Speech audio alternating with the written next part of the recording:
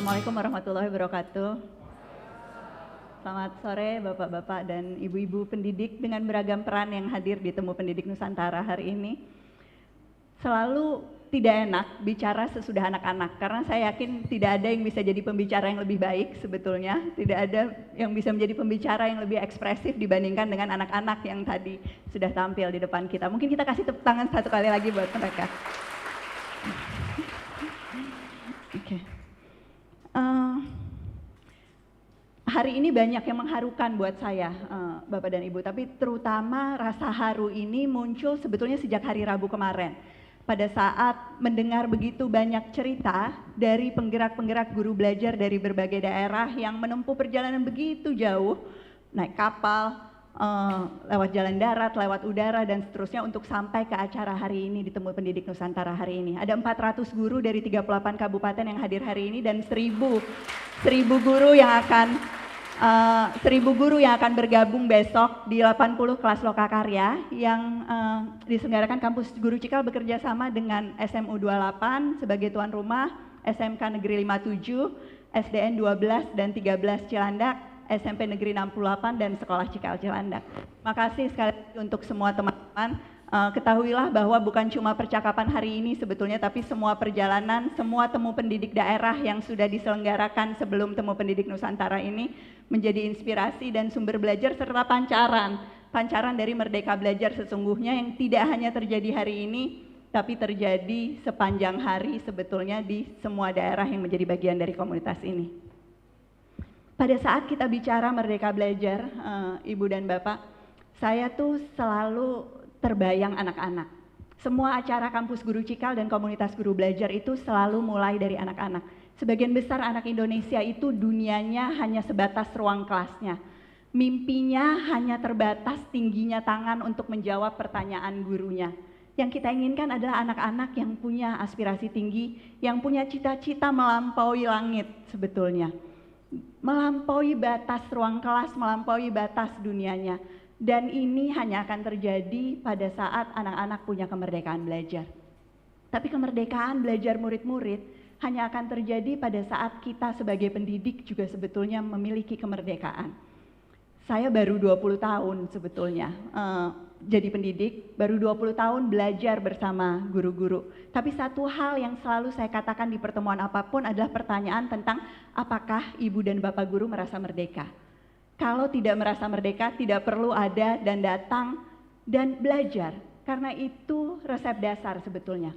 Kalau kita sepakat bahwa tujuan dari pendidikan kita adalah demokrasi di negara ini, maka Anda berada di forum yang tepat. Karena di komunitas guru belajar, kita sangat percaya bahwa proses kemerdekaan itu sebetulnya bukan sesuatu yang diberikan, tapi sesuatu yang kita gerakkan. Proses kita belajar sama-sama di sini itu seperti proses emansipasi sebetulnya. Tidak dikasih tapi harus direbut.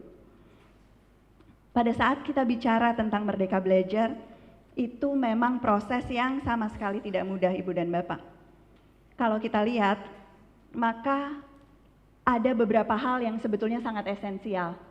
Di komunitas guru belajar kita percaya pendidik yang merdeka itu punya komitmen, memiliki kemandirian dan selalu reflektif.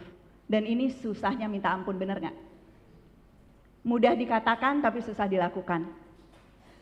Pada saat kita bicara komitmen, kita sebetulnya bicara komitmen terhadap tujuan. Tapi semua dari kita yang setiap hari bergerak, setiap hari bergiat tahu betapa susahnya kita konsisten pada tujuan.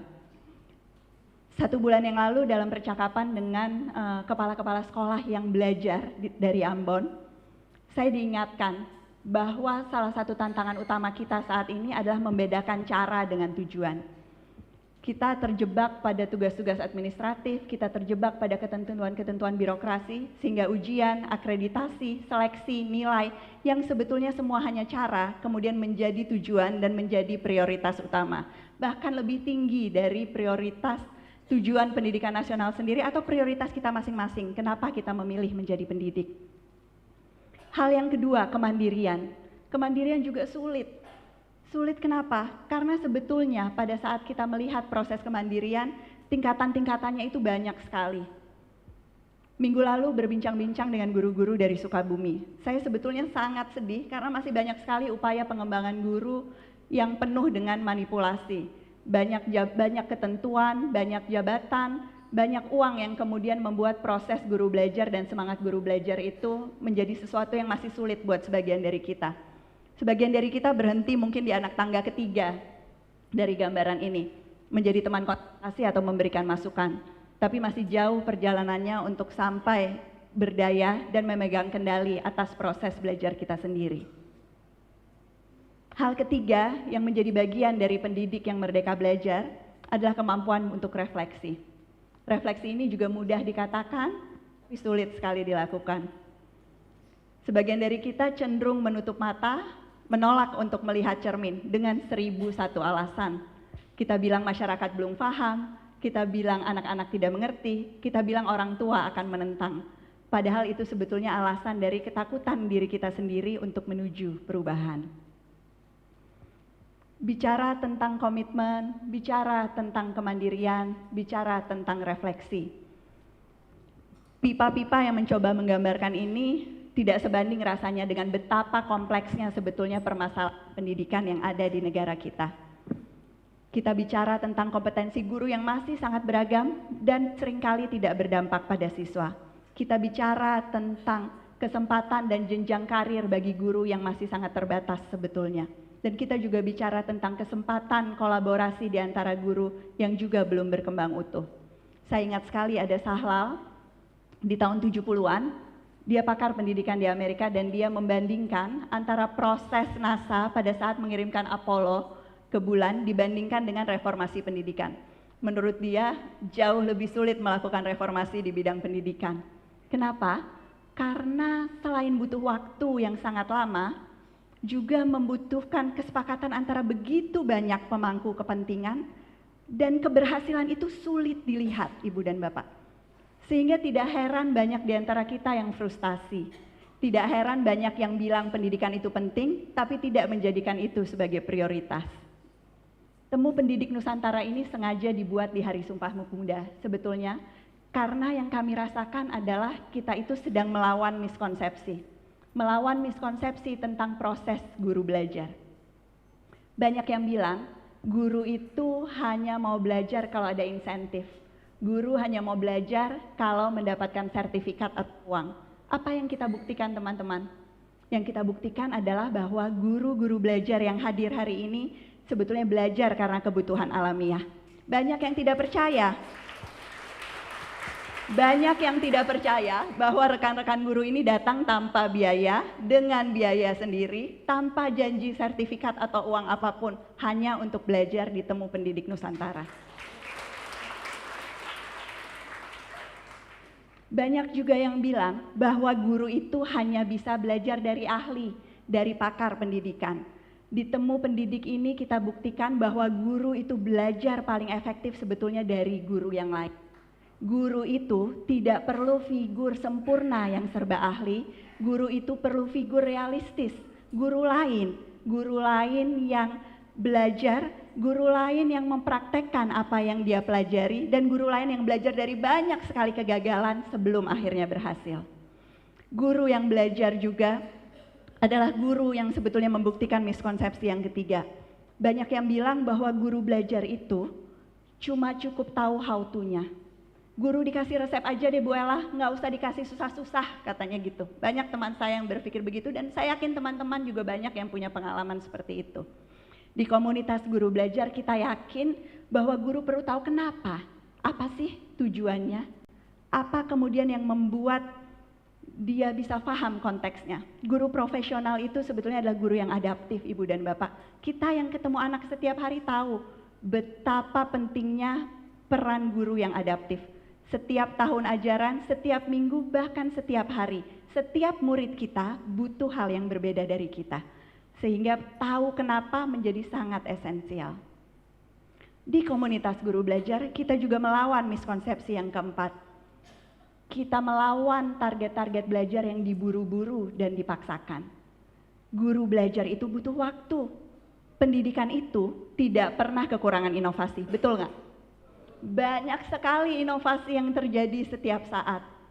yang selalu kita katakan adalah guru butuh waktu untuk memahami inovasi, butuh waktu untuk memiliki inovasi, butuh waktu untuk membuktikan apakah inovasi itu sesuatu yang sesuai atau sesuatu yang tidak bisa dipakai. Di komunitas guru belajar, kita juga mencoba membuktikan bahwa kompetensi itu bukan soal individu. Saya itu dulu, waktu masih baru di pendidikan, suka tercengang. Waktu orang bilang guru adalah kunci, katanya. Guru adalah kunci buat pendidikan. Wah, keren banget nih. Si pakar ini, si pejabat ini pasti paham betul bahwa guru itu penting. Tapi setelah sekian lama saya sadar bahwa guru adalah kunci itu tidak cukup. Guru yang merdeka belajar adalah kunci. Kenapa? Karena pada saat orang bicara guru adalah kunci, sebetulnya seringkali yang ada dalam bayangannya ini pabrik. Gurunya input, sehingga dia menjadi kunci terhadap sebuah output yang dihasilkan murid-murid kita. Tapi pada saat kita bicara guru yang merdeka belajar adalah kunci, maka kita yakin bahwa kompetensi itu bukan kompetensi individual. Seseorang, kompetensi itu adalah potensi individu yang didukung oleh ekosistem yang baik. Tidak ada guru yang bisa belajar sendirian, tidak ada guru yang bisa kompeten sendirian, dan tidak ada guru yang bisa merdeka belajar sendirian. Jadi terima kasih sudah berada di sini bersama-sama kita semua.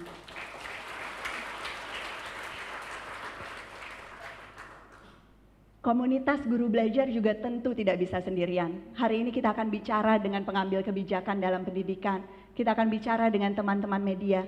Temu pendidik ini banyak sekali isinya, bukan cuma guru. Ada orang tua, ada kepala sekolah, ada perwakilan komite dan organisasi. Ini mimpi kami, Ibu dan Bapak.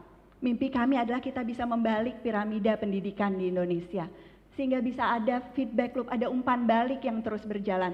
Kalau dulu pertanyaannya adalah apa yang bisa dilakukan masyarakat untuk mendukung pemerintah, maka mimpi kami adalah membalik piramida ini. Kita yang banyak ini, guru, orang tua, semua pendidik yang ada, itulah yang memberikan umpan balik. Sehingga pertanyaannya adalah apa yang bisa dilakukan pemerintah untuk meningkatkan skala, mengamplifikasi apa praktek-praktek baik yang sudah ada di masyarakat. Mudah-mudahan nggak jauh ya ke mimpi itu. Di Temu Pendidik ini tidak ada yang ahli. Di Temu Pendidik ini kita sangat beragam. Kita semua pendidik, tapi kita punya peran yang mungkin berbeda. Ada yang kepala sekolah, ada yang orang tua, ada yang guru, ada yang mengajar di setting formal, ada yang berada di lingkungan non formal atau informal. Ada yang mengajar anak usia dini, ada yang mengajar anak-anak usia sekolah menengah, ada yang mengajar mahasiswa bahkan di sini. Tapi di Temu Pendidik ini kita tidak mengkotak-kotakan berdasarkan peran. Kita tidak melihat siapa yang hijau, siapa yang merah, siapa yang kuning. Tapi kita melihat sebetulnya kita sendiri sebagai individu itu beragam. Ada yang hijau, merah, kuning, dan seterusnya di dalam diri kita masing-masing. Sehingga yang kita lakukan di sini adalah membuat jaringan. Jaring pengetahuan, tapi juga jaring emosional. Dan saya yakin inilah sesungguhnya demokrasi dalam pendidikan.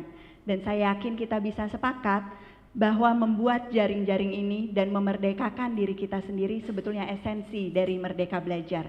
Bahwa kita dan apa yang kita lakukan adalah yang kita nanti-nantikan.